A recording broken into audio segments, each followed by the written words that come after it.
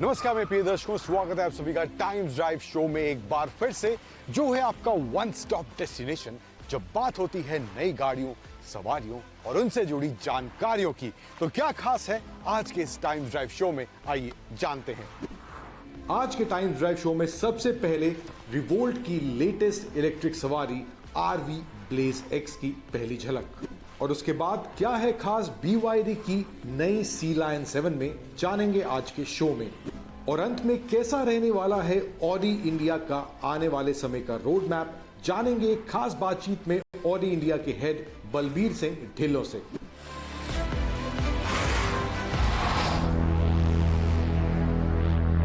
Revolt Motors was the brand जो India में पहली बार इलेक्ट्रिक मोटरसाइकिल्स लेकर आया था, और 6 साल बाद काफ़ी और मोटरसाइकिल्स उन्होंने लॉन्च किए हैं। लेकिन आज एक और नई computer segment motorcycle launch revolt ने करी है, जो कि है रिवोल्ट आरवी ब्लेज एक्स। तो ये दोनों बाइक्स आज हमारे सामने हैं। तो क्या रिवोल्ट अपनी इस नई इलेक्ट्रिक मोटरसाइकिल में ऑफर कर रहा है, फीचर्स को लेकर क्या चेंजेस देखने को मिलते हैं, डिज़ाइन वगैरह में क्या चेंजेस हैं या नहीं, उन सभी की बात करेंगे इस वीडियो में। नमस्कार, स्वागत है सभी का टाइम्स ड्राइव में। मैं हूँ अंकुर तनेजा। शुरुआत करते हैं इस वीडियो की।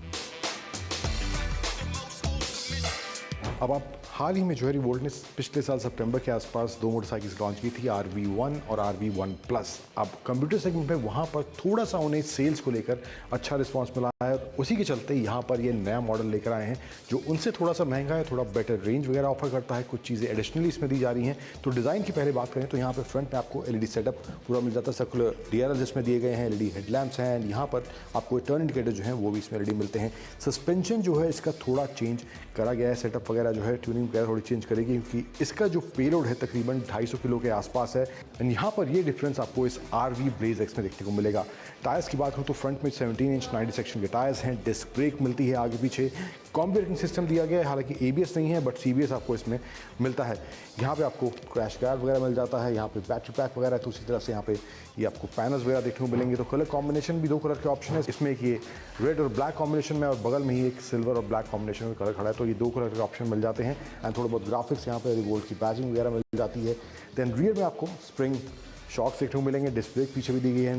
रियर का जो टायर है वो भी 17 इंच का है, लेकिन 110 सेक्शन का टायर इसमें आता है। सीट जो है यहाँ पर आप देखेंगे सिंगल सीट है, तो स्प्लिट सीट वाला ऑप्शन नहीं है। एंड यहाँ पर भी रिवोल्ट की बैजिंग आपको देखने को मिल जाएगी। पीछे से आप फील समझ जाएँ, कंप्यूटर सेगमेंट मोटरसाइकिल है, 250 किलो तक का ये पेलोड उठा सकती है, तो ये रिवोल्ट क्लेम कर रहा है इन टर्म्स ऑफ पेलोड इस बाइक को लेकर।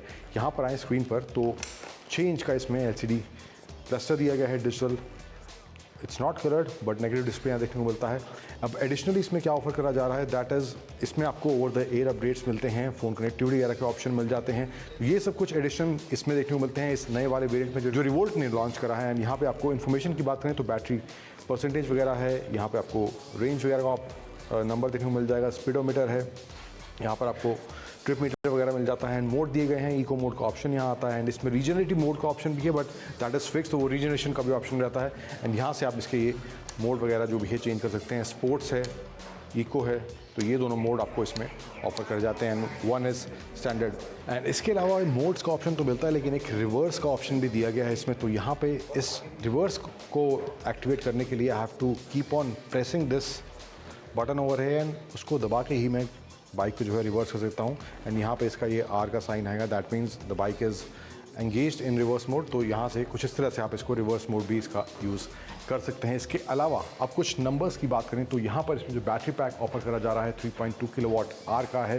एंड रेंज की जो बात है, रेंज जो रिवोल्ट इस नए वेरिएंट में क्लेम कर रहा है, that is IDC range is around 150 kilometres. And also अगर बात करें प्राइस की, तो ये बाइक जो रिवोल्ट ने लॉन्च करी है, आप कह सकते हैं कि जो 4 और बाइक्स थी उनकी पहले RV1, RV1 plus and also the upper models RV400 की अगर बात करें तो उनके बीच में इसको स्टैक करा गया है। तकरीबन 1,15,000 के एक्स शोरूम प्राइस पर रिवोल्ट ने इसको लॉन्च कर दिया है। और चार्जिंग की बात करें तो यहाँ पे इसमें 3 पिन सॉकेट आता है, जहाँ पे एक्सटर्नली चार्ज कर सकते हैं। ऑल्दो इसकी बैटरी जो है रिमूवेबल है, तो वो भी एक ऑप्शन है, आप बैटरी निकाल के भी इसको चार्ज कर सकते हैं। और चार्जिंग टाइम की बात करें, तकरीबन ये जो चार्ज होती है 80% चार्ज होती है 80 मिनट्स में। एंड अगर आप स्टैंडर्ड होम चार्जर से चार्ज कर रहे हैं तो ये 3 घंटे 30 मिनट के आसपास का समय लेगी चार्ज होने में। तो ये कुछ डिटेल्स हैं इस रिवोल्ट की नई आरवी ब्लेज एक्स के बारे में जो रिवोल्ट ने यहाँ पर लॉन्च कर दी है 1,15,000 के एक शोरूम प्राइस पर।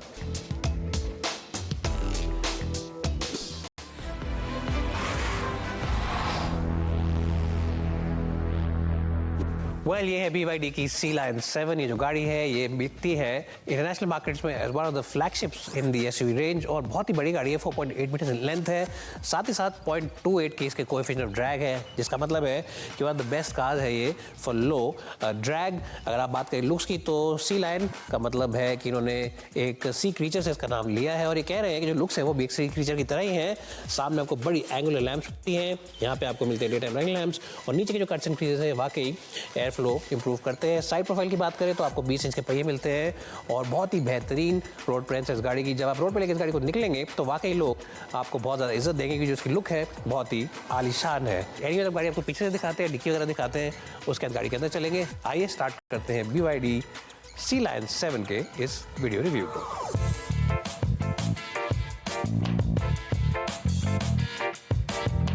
जल्दी से आपको इस गाड़ी का पीछे वाला पार्ट दिखाए थे। यहाँ पर जैसे मैंने बताया स्लोपिंग रूफ लाइन तो है ही, सटल एक स्पॉइलर, बहुत ही सटल सा एक स्पॉइलर दे रखा है कि जो गाड़ी है 500 से ज़्यादा BHP इसके अंदर, तो ये तेज़ रफ्तार के तो इन्होंने स्पोर्टी लुक्स के लिए भी दे रखा है। कनेक्टेड बीम ऑफ लाइट है, और यहाँ पर इन्होंने कह रखा है कि वाटर ड्रॉपलेट का एलिमेंट एक डिज़ाइन के अंदर डाल रखा है इस रेयर टेल लैम्प क्लस्टर के अंदर। साथ ही साथ यहाँ पे 4.5S लिखा हुआ है। 4.5S का मतलब क्या आप कहेंगे, क्या ये गाड़ी 4 टन की है, क्या ये 500 BHP की है, क्या दिखाता है ये? वेल 4.5S सिंपली इसलिए देखा कि जो 0 to 100 इसका क्लेम है वो 4.5 सेकंड का है। जी हाँ, इतनी बड़ी इतनी भारी गाड़ी का 0 to 100 4.5 सेकंड का है, तो उसको शो ऑफ करना तो बनता ही है, दिखाना तो बनता ही है।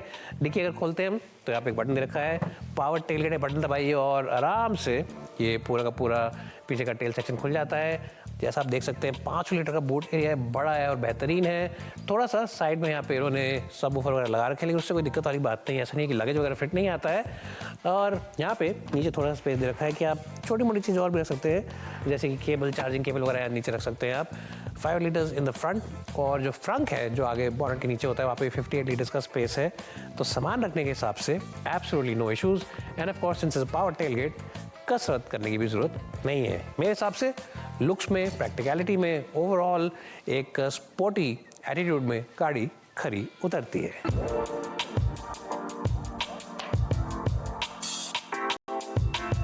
तो मैं आ चुका हूँ BYD C-Line के कैबिन के अंदर, फ्रंट एंड पे मैं आ चुका हूँ, और इस गाड़ी के अंदर आप देख ही सकते हैं बहुत ही प्रीमियम डिज़ाइन है। एक जो टिपिकल आजकल इलेक्ट्रिक व्हीकल मैन्युफैक्चरर्स कर रहे हैं वो चीज़ ये है कि सारे के सारे कंट्रोल्स आपको टच स्क्रीन में दे रहे हैं, और ये अच्छी चीज़ है कि जो क्लटर होता है यहाँ पे बीच में वो उससे हट जाता है, कन्फ्यूजन नहीं होती है, और आप आराम से सारे के सारे स्क्रीन वगैरह, मेन्यूज़ वगैरह सब मेन्यूज यहाँ से देख सकते हैं। तो AC वगैरह भी इन्होंने स्क्रीन में दे रखा है। 15 इंच का बड़ा स्क्रीन है, बहुत ही बेहतरीन स्क्रीन है, सबसे बड़ा स्क्रीन है जो मैंने आज तक देखा है, और चलाने में बिल्कुल मक्खन है, बिल्कुल मक्खन स्क्रीन है। चाहे बात करें AC कंट्रोल्स की, चाहे बात करें साउंड सिस्टम की, चाहे बात करें बाकी कंट्रोल्स की, एप्पल कारप्ले सीमलेसली मैंने इससे कनेक्ट कर लिया। सवेरे मैंने अपने फ़ोन को कनेक्ट किया तो सीमलेस तरीके से कनेक्ट हो गया, बिल्कुल भी हार्डली मेरे को ऐसा लगता है 10 या 12 सेकंड लगे, कोई दिक्कत नहीं आई। और बाकी फीचर्स भी, बाकी मेन्यूज़ भी इसमें काफ़ी अच्छे से मार्क्ड हैं, तो चलाने के लिए आज से ईजी गोइंग सिस्टम है, बहुत ही बेहतरीन है, and you really enjoy the experience of using this touch screen. अब इसके अंदर जो स्टेरियो सेटअप है वो डायना ऑडियो का है, और ये भी काफ़ी अच्छा सिस्टम है, सब वूफर वगैरह लगा रखे हैं पीछे इन्होंने, तो साउंड क्वालिटी भी गाड़ी की काफ़ी अच्छी खासी है। You will enjoy the overall experience inside this car when it comes sound quality. और अगर हम बात करते हैं सेफ्टी टेक की, तो सेफ्टी टेक के लिहाज से आपको मिलता है HUD display, head up display, उसमें बहुत सारी इन्फॉर्मेशन है। यहाँ पर आपको मिलते हैं टायर प्रेशर मॉनिटर्स, वो भी एक सेफ्टी टेक है, और टायर प्रेशर के साथ साथ ही वो टायर के अंदर इस वक्त क्या टेम्परेचर है, उसके गर्मी कितनी है टायर के ऊपर, ये भी बताते हैं। तो ये भी एक सेफ्टी चीज़ है, क्योंकि अगर आपका ज़्यादा बढ़ जाता है तो आप उसको गाड़ी को रोक सकते हैं थोड़ी देर के लिए। गर्मियों का टाइम आ रहा है, रोड के ऊपर जब चलाते हैं, in case temperature goes really high, you can stop the car, आधे पौने घंटे के लिए कूल डाउन कर सकते हैं, फिर चार्जिंग करते हैं जब गाड़ी की। उसके अलावा यहाँ पे आपको मिलते हैं कुछ सेंसर्स, कुछ कैमरा सेटअप दे रखा है जो आपकी आंखों में बार बार देखते रहेंगे, और आपको बताते रहेंगे अगर आप बार बार ऐसे आके देख रहे हैं, ट्रैफिक आ रहा है इधर उधर देख रहे हैं, तो ये आपको बता देगी गाड़ी कि आप डिस्ट्रैक्ट हो रहे हैं, गाड़ी ध्यान से चलाएं, थोड़ा सा बजिंग करेगी, और आपको बता देगी कि थोड़ा ध्यान से गाड़ी चलाओ, इधर मत देखो, सीधे देखो, या फिर देखना तो शीशे में देखो। अगर हम बात करते हैं क्वालिटी की, तो क्वालिटी भी अच्छी है, डबल स्टिचिंग यहाँ ऊपर दे रखी है, यहाँ पे इन्होंने आपको एल्यूमिनियम फिनिश दे रखी है, यहाँ पे सॉफ्ट फिनिश दे रखी है, और डो पैड्स के ऊपर भी सॉफ्ट फिनिश वगैरह दे रखी है इन्होंने, तो ये भी एक अच्छी चीज़ है। हाँ, अगर आप बात करते हैं कि ओवरऑल मर्सिडीज़ और BMW के लेवल की गाड़ी है इन टर्म्स ऑफ क्वालिटी, तो नहीं, उस लेवल की नहीं है, उससे आधा पौना कदम पीछे है, लेकिन सिर्फ आधा पौना कदम पीछे, ऐसा नहीं है कि बहुत ज़्यादा गैप है, हल्का फुल्का गैप है ऑफकोर्स जर्मन गाड़ियों से, लेकिन for the price, for the overall the capabilities and just for the network that this car has to offer, I think even that Adha Pauna Kadam is really commendable. Well, the C-Line 7 पीछे बैठने में कैसे, अगर आप चाहते हैं chauffeur driven car, आप चाहते हैं दिन भर आप सिर्फ बैक सीट पर बैठे अपने फ़ोन पे लग रहे हैं, आपको बिजनेस मीटिंग अटेंड करनी है या आपको सोना है, लंबे रास्ते पे जाना है आपको, क्योंकि 550 किलोमीटर की रेंज है, तो आप दिल्ली से चंडीगढ़ जा सकते हैं, 240 किलोमीटर वापस भी आ सकते हैं, कोई दिक्कत वाली बात नहीं है। तो आप लोगों के लिए back seat is a very good place. यहाँ पे आप इसको निकालिए अगर आप अकेले जा रहे हैं या 2 लोग बैठे हैं, और आराम से यहाँ पे बेवरेज होल्डर खोलिए, डाइट कोक का कैन यहाँ पे रखिए, लैपटॉप चलाइए, क्योंकि यहाँ पे चार्जिंग पॉइंट भी दे रखे, टाइप सी भी है, USB पुराना वाला भी है, AC वेंट्स यहाँ पर भी दे रखे हैं। आराम से बैठिए, इत्मीनान से बैठिए और लंबे सफ़र पे बैठिए और जाइए। पैर फैलाने की पूरी जगह है। मेरी हाइट है 5 फुट 10 इंच। अगर आपकी हाइट बीतती है, आपके ड्राइवर की हाइट बीतती है, तो स्पेस बेहतरीन है। 5'11" के भी आप हैं, 6 फुट के भी है, तो फिर हेडरूम भी अच्छा खासा है, नीरूम भी अच्छा खासा है, चौड़ाई में भी गाड़ी काफ़ी अच्छी है। यहाँ पर कोई भी फ्लोर में हम्प नहीं है, क्योंकि ये EV प्लेटफॉर्म पर ही बनी है, तो स्पेस आराम से पैर फैलाने के लिए आपके पास है।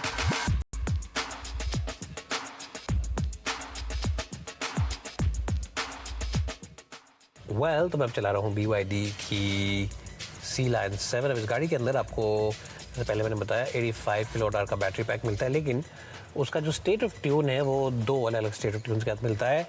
एक आपको मिलता है करीब 300 bhp के साथ, और दूसरा जो आपको मिलता है वो मिलता है आपको वेल ओवर 500 bhp के साथ। तो इसका फ़र्क ये है कि जो कम bhp वाला है, यानी कि जो 306 bhp 307 bhp वाला वर्जन है, उसके अंदर आपको सिर्फ रेयर व्हील ड्राइव मिलता है, यानी कि जो इलेक्ट्रिक मोटर पिछले वाले एक्सल पे है, और जो ज़्यादा पावर वाला इंजन है उसके अंदर आगे वाले एक्सल पे और पिछले एक्सल पे दोनों पर मोटर लगा रखी है। तो उसका फ़ायदा ये है कि परफॉर्मेंस ऑब्वियसली ज़्यादा बेहतरीन रहती है। अब जो सिर्फ सिंगल मोटर वाला वर्जन है उसका 0 to 100 जो है वो 6.7 सेकेंड्स के आसपास है, और इसका जो कि हम चला रहे हैं इस वक्त डुअल मोटर वाला वर्जन, उसका जो 0 to 100 है वो 4.5 सेकेंड्स का है, तो करीब 2 सेकेंड का गैप है उसके अंदर। उसके अलावा एक और चीज़ जो आप कह सकते हैं वो ये है कि जो रेंज है वो ऑब्वियस सी बात है कि जो 4.5 सेकेंड्स में गाड़ी चली जाएगी और जो ज़्यादा पावरफुल होगी उसकी थोड़ी कम रहने वाली है, लेकिन बहुत ज़्यादा गैप नहीं है, करीब 540 किलोमीटर चली जाएगी वाली गाड़ी, और जो कम पावरफुल है वो चली जाएगी 567। तो जो 567 की रेंज है that is for the less powerful version, and for this particular version which is more powerful वो रेंज थोड़ी सी कम है, करीब 20-22 किलोमीटर कम रेंज है। That's the only major difference चलाने में ये गाड़ी, लेकिन वाकई बहुत ही ज़्यादा मज़ेदार है। ये देखिए मैं आपको दिखाता हूँ पूरा पंजा, अगर मैं दबाता हूँ, 30 की स्पीड पर है, पूरा पंजा दबाता हूँ तो ये ऐसे उठती है, and generally you can feel the front suspension rising like this. आपको दिखेगा कि फ्रंट सस्पेंशन ऐसे उठ रही है। तो अपने बच्चों के साथ आप खुश रह सकते हैं इस गाड़ी में, ताकि आप ऐसे दबाएंगे तो आपको मज़ा आएगा। They will also feel very happy when they jolted back into their seats. उसके अलावा 20 इंच के बड़े पहिए हैं। व्हील बेस गाड़ी काफ़ी लंबी है, तो व्हील बेस लंबी होने से फ़ायदा क्या होता है? फ़ायदा ये है कि जो इसका सस्पेंशन सेटअप है वो काफ़ी अच्छा है। कंफर्टेबल गाड़ी है, बिल्कुल कंफर्टेबल गाड़ी है। अब आमतौर पे लोग इन गाड़ियों को लेते नहीं है कॉर्नरिंग वगैरह करने के लिए, और पुश इनटू कॉर्नर्स, और करना भी नहीं चाहिए। स्टीयरिंग व्हील हल्का है, और थोड़ा सा फीडबैक और मिलता तो आप इसे कह सकते थे कि एकदम एक पहाड़ों पे लेने वाली गाड़ी है। तो फीडबैक ठीक ठाक है, लेकिन हाँ थोड़ा सा लंपीनेस जरूर है स्टीयरिंग व्हील में, इतना शार्प और डायनामिक नहीं है। मेरे एक्सपीरियंस के हिसाब से, मेरे ड्राइविंग के हिसाब से मुझे मज़ा आया इस गाड़ी को चला के। मैं एक सोबर ड्राइवर हूँ, मैं कोई एक रेस ट्रैक पे लेके जाने वाला ड्राइवर नहीं हूँ, तो मेरे को ऐसी गाड़ियाँ पसंद आती हैं जो कंफर्टेबल हो, जो थकाए ना, भगाने में अच्छी हो, कि एक्सलेशन आपको मज़ेदार फील रहेगी। दिल्ली में आप चलाते हैं तो कहीं आप एक्सलेशन लेंगे और कहीं आप मोड़ेंगे ऐसे हाई स्पीड पर। तो एक फैमिली ओनर के लिए, एक मेरी तरह मिडिल क्लास और मिडिल एज ओनर के लिए it's a very good car, and I really appreciate what BYD has done. जैसा मैंने कहा, better be careful when you drive it, क्योंकि पंजा ज़्यादा दबाएंगे तो इलीगल स्पीड हो जाएंगी, पता भी नहीं चलेगा। तो अपने गाड़ी को समरी रिपोर्ट बना के आपको जल्दी समय देते हैं। तो मेरी फाइनल समरी रिपोर्ट क्या है BYD C-Line को लेकर? ये गाड़ी हर एंगल से बहुत ही केपेबल प्रोडक्ट है। चाहे बात करें कंफर्ट की, तो कंफर्ट के लिहाज से बेहतरीन है। चाहे बात करें इंटीरियर की क्वालिटी की, फीचर्स की, तो उस लिहाज से भी बहुत ही लग्जरी और पॉश फीलिंग देती है। या आप बात करें परफॉर्मेंस की, तो बहुत ही बेहतरीन है गाड़ी चलाने के लिहाज से भी। अगर आप खुद एंथुजियास्ट हैं तो आप इस गाड़ी में बैठ के खुश रहेंगे। एक बड़ी SUV तो ये ज़रूर है, लेकिन ये आपको एक स्पोर्ट्स कार वाली फीलिंग देती है परफॉर्मेंस के लिहाज से। तो किसी भी एंगल से आप देखें, अगर लुक से देखें, परफॉर्मेंस से देखें, कंफर्ट से देखें, स्पेस से देखें, हर एंगल से गाड़ी बहुत ही बेहतरीन प्रोडक्ट है। और ये बताती है कि BYD क्यों इस वक्त है number 1 seller of electric vehicles across the globe, because they really make very good cars which are packaged with technology, with features, with comfort, and really it's the best EV in the market at the moment. अगर आप चाह रहे हैं एक बड़ी luxury और बेहतरीन SUV लेना, तो भूल जाइए सारी जर्मन राइवल्स को, भूल जाइए सारी जर्मन ब्रांड्स को जो कि शो ऑफ वगैरह में विश्वास रखते हैं, वो लोग ले सकते हैं। लेकिन अगर आप अपने पैसे को बिल्कुल खरा उतारना चाहते हैं तो BYD की सी लाइन 7 को आप ले लीजिए।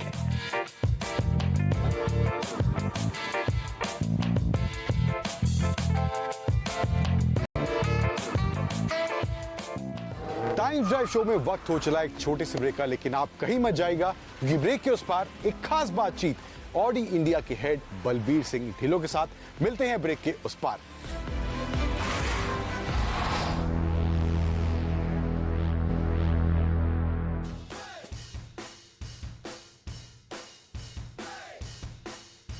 Thank you Balbir so much joining us Times drive.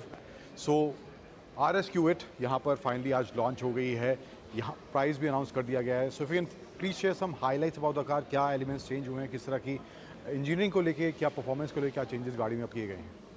देखिए, मैं ये बता सकता हूँ कि this is our top of the line product and this is the most powerful SUV Audi has ever built with 640 horsepower, 850 Newton meter of torque with a top speed of 305 kilometers per hour and 0 to 100 in 3.6 seconds. And mind you, this is 2.3 ton car. So performance is fantastic. One of the best performances in ICE engines that we have produced in an SUV. Very stable car with a lot of features on the car. But what is most important is that every RS Q8 performance car that you will see on the road will be unique, because all of the cars will be designed by our own customers. As a standard product, there are hundreds of options to choose from: colors, exteriors, interior, stitching, etc., and so many other options to choose from. So what we intend to do for our customers is, at this price point, bring them on board and make them select their own car, make them build their own car, and then we bring that car into the country. अब जो luxury वाला segment है या कहीं performance वाला segment है, India में काफ़ी हद तक ग्रो हो रहा है। सो वहाँ पर इस प्रोडक्ट के साथ किस तरह का पेनिट्रेशन आप एक्सपेक्ट कर रहे हैं, किन कस्टमर्स को आप टारगेट करने की कोशिश कर रहे हैं, या जो चेंजेस है गाड़ी के जिस तरह से परफॉर्मेंस है एंड इस प्राइस पॉइंट पे कस्टमर का जो पेनिट्रेशन रहता है, आई मीन बहुत ही हाई लेवल पे रहता है, तो वहाँ पर क्या प्लानिंग है आपकी? देखिए, ओवरऑल अगर मैं लग्जरी सेगमेंट को देखूं तो लास्ट ईयर 2024 में वी हैव सोल्ड 51,000 कार्स। अभी भी लग्जरी सेगमेंट बहुत छोटा है और ये सेगमेंट जिसमें हम ऑपरेट कर रहे हैं 2 करोड़ से ऊपर तो और भी छोटा है। Let's say under 500 cars in this segment that get sold every year. Our idea is that these cars are not sold in masses. These are cars which are very, let's say, top of the line emotional products. They are sold in limited numbers, and these are assets which are appreciating assets. Customers love these cars and they become part of their family. They're part of their personality, the extension of their personality. The idea is that 50% of the cars that we sell in India, we get these customers within our fold, जो Audi already own करते हैं, and the rest 50% comes from outside for the first time buyers for Audi. So that is our idea, and this is how we want to sell these cars. But like I said, every car unique. सो इस RS Q8 की launch का do you think also कि जो RS वाला portfolio है वहाँ पर भी थोड़ा और पुश मिलेगा, वहाँ पर भी कस्टमर का जो इंटरेस्ट है और बढ़ेगा इसके आने के बाद? Absolutely, absolutely. Many of our existing customers who are existing Q8 customers, they've been asking for us, what is for me next? So what can I buy from you next? So this is the answer for all my customers who have been owning the Q8s from the past or any other sports car from the past. Now we can upgrade to RS Q8 performance. Presentation में आप sales numbers की बात करें तो पिछले कुछ सालों का रहा है। 2024 थोड़ा सा जो एक्सपेक्टेशन थी मेरे ख्याल से उससे थोड़ा कम रहा है, बट जो भी चेंजेस मार्केट में हो रहे हैं, कस्टमर एक्सपेक्टेशन को लेकर रहे हैं, कस्टमर जिस तरह की डिमांड अप कर रहा है, so what do you think, I mean वहाँ पे नंबर्स गिरने का क्या वजह रही और अब जो 2025 में किस तरह का प्लान आप लेकर चल रहे हैं? देखिए, लास्ट ईयर हमारी फर्स्ट और सेकेंड क्वार्टर कैलेंडर ईयर के सप्लाई चेन के इश्यूज़ की वजह से हमारे पास we were not having sufficient cars to sell, so that was the reason primarily we had a dip last year. We are expecting the industry will grow in the range of about 8-10% this year. From 51,000 it should be close to 55,000, and अब we are also expecting to grow in the same percentage. Audi as a brand अगर globally बात करें तो वहाँ पर electrification को लेकर भी काफ़ी पुश है. ऑलरेडी इंडिया में भी कुछ एग्जिस्टिंग प्रोडक्ट्स हैं ऑडी के इलेक्ट्रिक व्हीकल्स की बात करें तो इंडिया में अब किस तरह का पुश अब यहाँ पर देखने को मिलेगा? Will see more products that will coming electric में अगर बात करें तो? बिल्कुल सही बोला. ग्लोबली बहुत सारे मॉडल्स हैं बट इलेक्ट्रिक मोबिलिटी अभी इवॉल्व हो रही है। अभी हमारे पास इंडिया में जो प्रोडक्ट है mostly Q8 e-tron and above, which is 1.2 crores and above the products, but we are also working with headquarters to get more products at a different price point so that we can widen the base and sell more cars there. I think in general, if you look at electrification, we are again running a marathon, not a sprint. So we have to continue to focus in next 3 to 5 years to reach a certain level of penetration. And I'm very hopeful that and looking very positive that whatever experience we had with our customers, the ecosystem that we are trying to develop, and also to support charging infrastructure, whatever we can from our side we can do, or other topics that we have, Charge My Audi application for customers. So हम बहुत कुछ कर रहे हैं, हमने 3 सालों में बहुत कुछ सीखा है. I think all those learnings, if you bring to the table along with new products, we'll be seeing a lot of better penetration going forward. अब ऑडी प्रीएव 2 की अगर बात करें तो वहाँ पर किस तरह का मार्केट है या क्या है कि किस तरह का ग्रोथ वहाँ पर देखने को मिल रहा है, क्योंकि वो भी एक सेगमेंट है जहाँ पे इंडियन कस्टमर्स अभी बहुत इवॉल्व हो रहे हैं और बहुत से कस्टमर्स जो हैं वहाँ पे उस तरह की गाड़ियाँ ले भी रहे हैं. सो वहाँ पे वो बिजनेस मॉडल किस तरह चल रहा है, साथ साथ वहाँ पर किस तरह का आपको लग रहा है ग्रोथ देखने को मिल रहा है? देखिए, हमने पिछले 5 सालों में इस टॉपिक के ऊपर प्री ओन्ड कार्स के ऊपर बहुत डीप काम किया है. And I am happy to share कि हमारे जो प्री ओन्ड कार्स का बिजनेस है वो एक्चुअली नई गाड़ियों के बिजनेस से भी ज़्यादा तेज़ी से ग्रो कर रहा है. लास्ट ईयर जितनी भी हमने नई गाड़ियाँ बेची, वो अगर वो नंबर को लूँ तो उसके 75% के आसपास हमने यूज्ड गाड़ियाँ भी बेची हैं. सो बिकॉज पिछले कुछ सालों में गाड़ियों की कीमतें काफ़ी बढ़ी हैं, तो उस वजह से लग्जरी और नॉन लग्जरी सेगमेंट में एक काफ़ी गैप क्रिएट हो गया. उसको फुलफिल करने के लिए ये सेगमेंट बहुत की रोल प्ले करता है और यही कस्टमर्स को हम आगे जाके नई गाड़ियाँ भी बेच पाते हैं. तो ये सेगमेंट जितना ग्रो हो चुका है ऑलरेडी, मुझे उम्मीद है कि ये it will continue to grow. एक अनुमान के मुताबिक इंडिया का जो pre owned business is close to new cars business. तो अभी हमने बहुत ही सरफेस पे काम किया है. So penetration can go up further. My last question is, Neeraj Chopra was here. So as यहाँ पे RS-Q8 उन्होंने लॉन्च की, तो वहाँ पर किस तरह का कोलैबोरेशन आगे जाके हम इस एरिया में एक्सपेक्ट कर सकते हैं? वहाँ पर किस तरह की आप प्लानिंग है उसको लेकर? तो देखिए, आउडी की जो ईथोस है उसमें परफॉर्मेंस एक बहुत बड़ा फैक्टर है. नीरज चोपड़ा की जो परफॉर्मेंस है उसके पीछे कितनी मेहनत जाती है, उसके पीछे कितने लोगों की और मेहनत लगती है उसकी परफेक्शन के लिए. आउडी भी उसी चीज़ के लिए फेमस है, जो गाड़ी बनाते हैं, डिज़ाइन करते हैं, उसको परफेक्ट मैन्युफैक्चरिंग एंड अच्छी परफॉर्मेंस देना. I think it's a very good alignment between both us and Neeraj, and I'm very hopeful that our brand association will go a long way to build a very credible association. And he's a friend of Audi, and I hope that he will remain friend of Audi for life. Fan of our RS-Q8 actually. Absolutely. Thank you so much for being Pleasure. Thank you. तो आज के इस times drive show में बस इतना ही, लेकिन आज के शो में दिखाई गई कहानियों से जुड़े आपके कुछ सवाल या सुझाव हैं तो आप हमें टाइम्स ड्राइव के सोशल मीडिया हैंडल्स पर वो सब भेज सकते हैं. एंड हमेशा की तरह always wear your seat belt while driving and always wear your helmet while riding. Drive safe, ride safe. Thank you for joining and stay tuned to 18 Hours Swadesh.